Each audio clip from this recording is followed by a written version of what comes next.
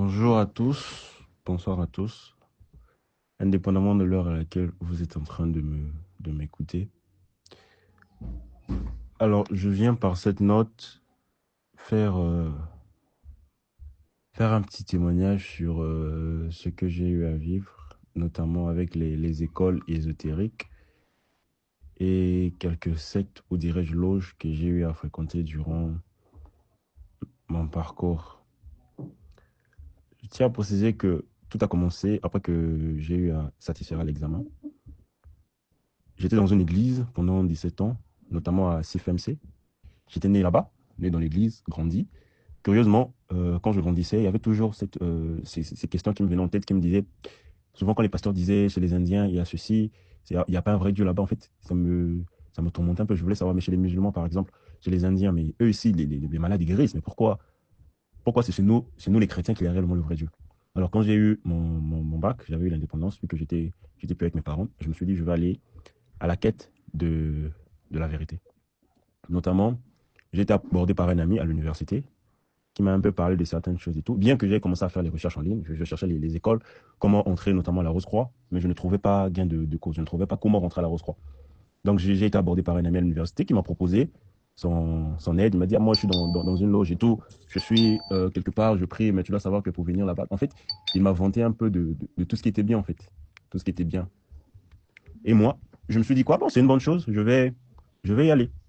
On est parti, je me rappelle, le premier jour de cours, c'était le 2 février 2019. Le 21 février, pardon, 2019. Je suis parti. On a eu à faire la méditation, comme ils disent, la prière, une méditation. On a eu à faire quelques mantras et tout. Tellement que je voulais savoir, il m'a juste fallu de 3 mois pour que je sois vraiment un disciple, vraiment aguerri. Et je tiens à signaler ici, j'étais à l'Agnios. L'Agnios, c'est un mouvement ésotérique porté par Samuel Aoundewar, qui parle de la révolution à l'intérieur. Donc ça nous a appris beaucoup de trucs, notamment les mantras. Ça nous a appris, je dirais, des trucs que je n'étais pas censé connaître. Ça parlait de la cabale juive, ça parlait des comment se protéger, comment faire les voyages astrales. Et ça, on a eu à pratiquer ça, comment faire la lévitation. On nous disait que Jésus faisait la lévitation, comment sortir la nuit, comment débloquer telle chose, comment multiplier l'argent. Tout au long de tout au long de mon parcours là-bas, on nous formait. Il y a 3 classes. Donc, on parlait de la psychologie révolutionnaire. Pour la classe 1, on parlait du tantrisme. C'est-à-dire, on nous demandait, lorsque tu couches avec une femme, tu ne dois pas verser. Donc, tu dois prendre tes spermes-là et faire revenir, excusez-moi du terme, c'est peut-être un peu, peut-être un peu, bref, excusez, on nous demandait de prendre ce liquide-là, de faire remonter ça dans le corps. Donc, on nous parlait de la transmigration sexuelle, on nous parlait humanoïdes qu'on parle notamment des homosexuels. On nous disait que ça existait déjà, donc c'est déjà normal, c'est une création divine et tout, et tout, et tout, un peu des choses. Et après, je suis passé, donc je vous ai dit, ça m'a même pas pris 5 mois, je suis directement passé en classe B. En classe B, ça parlait même des trucs un peu pratiques. On nous donnait même des livres de conjuration, on nous donnait des livres de l'exorcisme, comment exorciser, comment sortir un démon. Donc, on avait même des vêtements qu'on nous donnait, on avait des pentagrammes, des tétagrammatons, on avait des livres, on avait des trucs. Donc, tellement que je voulais tellement connaître tout ce qui venait, j'achetais. Et je partais avec à la maison. Ma chambre était remplie d'encens, des fortes odeurs. Et je vais vous dire que les formules magiques qu'on nous donnait, je ne dis pas que j'avais des millions, je n'avais pas 10 000, 5 000, mais je ne manquais pas 2 000. En tout cas, je pouvais sortir aujourd'hui. Je dis, bon, j'ai besoin de tel montant.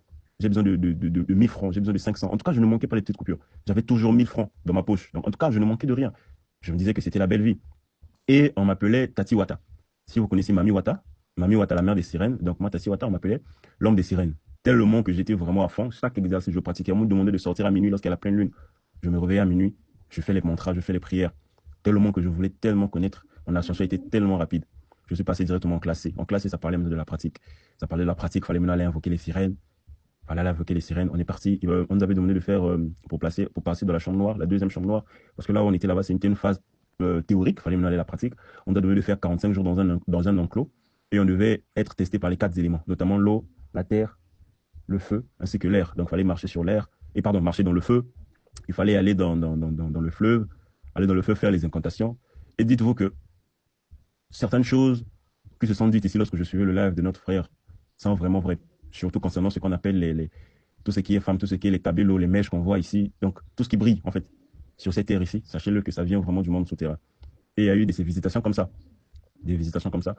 Et des cours comme ça qu'on nous donnait, des cours pratiques comme ça. Mais au fur et à mesure que je partais, tellement que j'étais dans un degré tellement élevé, comme je vous ai dit, on m'appelait maintenant Tati Wata et tout. On était maintenant dans un degré tellement élevé. Je n'ai pas eu à faire du mal, ok, vrai, je n'ai pas eu à bouffer les gens et tout. Mais les sorties astrales, ça en tout cas, oui.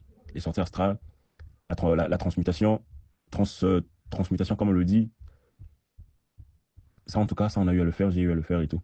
Mais non. Il y a un point qui était toujours en train de me susciter. J'avais eu à côtoyer un Béninois, un maître dans le vaudou. Moi, je lui ai dit, maître,